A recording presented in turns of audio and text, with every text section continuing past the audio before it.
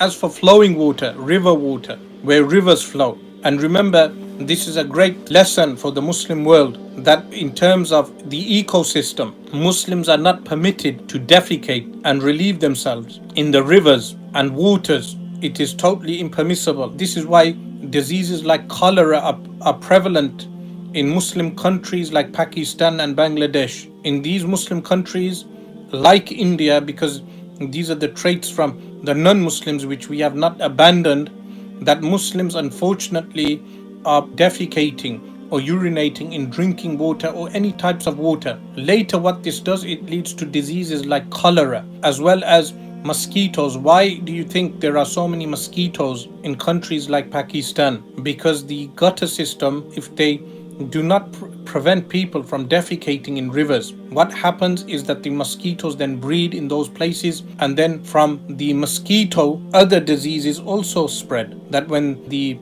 mosquito carries its particular diseases and the mosquito sucks the blood of a Muslim, then that Muslim will be infected by a disease and a bacteria. So Islam tells us to preserve the rivers and the seas and the lakes. So in cities like Karachi and other parts of the Muslim world, the ulama in those areas must campaign to keep the water clean, drinking water, preservation and conservation of water. Otherwise, what will happen? Diseases will spread amongst the people, and the environment and the ecosystem will also be affected.